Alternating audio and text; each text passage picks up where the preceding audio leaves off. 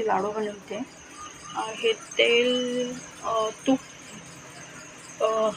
1 kilo 100 ग्राम तूप मी गरम करून घेतले.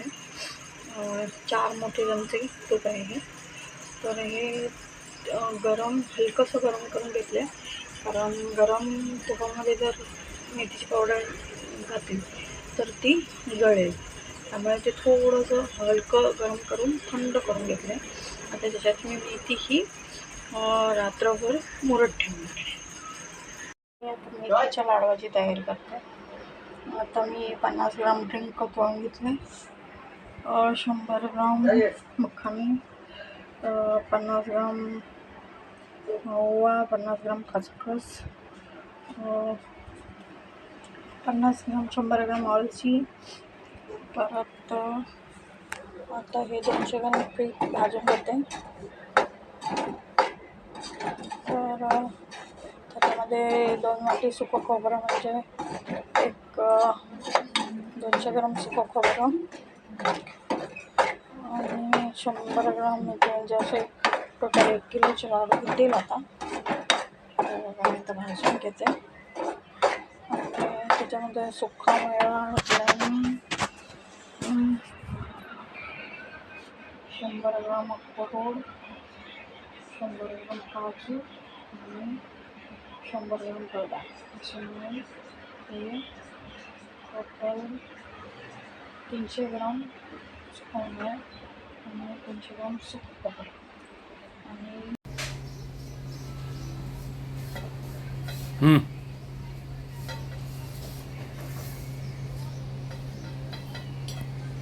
आता हे बघा, मी मेथीचे लाडू वळायला घेतलेले आहे. आता जवळजवळ अर्धे ओळून झाले आहे. तर मी 200 ग्राम मेथी ते हलकी भाजून घेतली आणि मग त्याची भरड केली, पूड केली आणि 2 दिवस तुपामध्ये भिजत ठेवली. आणि त्यानंतर आज मी लाडू करायला घेतले.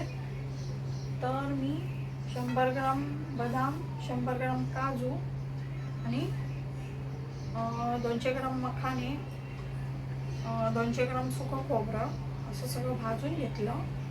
त्याच्यामध्ये 100 ग्राम ओवा, 100 ग्राम अलसी सगळं हे करून घेतलं आणि 100 ग्राम खसखस असं हे सगळं मी भाजून घेतलं हलकं सुकंच. आणि त्याची भरड करून घेतली सगळ्या ह्याची. आणि आता हे सगळं मिक्स करून घेतलं. पीठ हलकं गुलाबी होईपर्यंत भाजलं. मेथी थोडीशी हलकी भाजली त्याच्यामध्येच, पिठामध्येच. सगळं मिक्स करून आता मी त्याचे लाडू करते. तर त्याच्यासाठी मी 100 ग्राम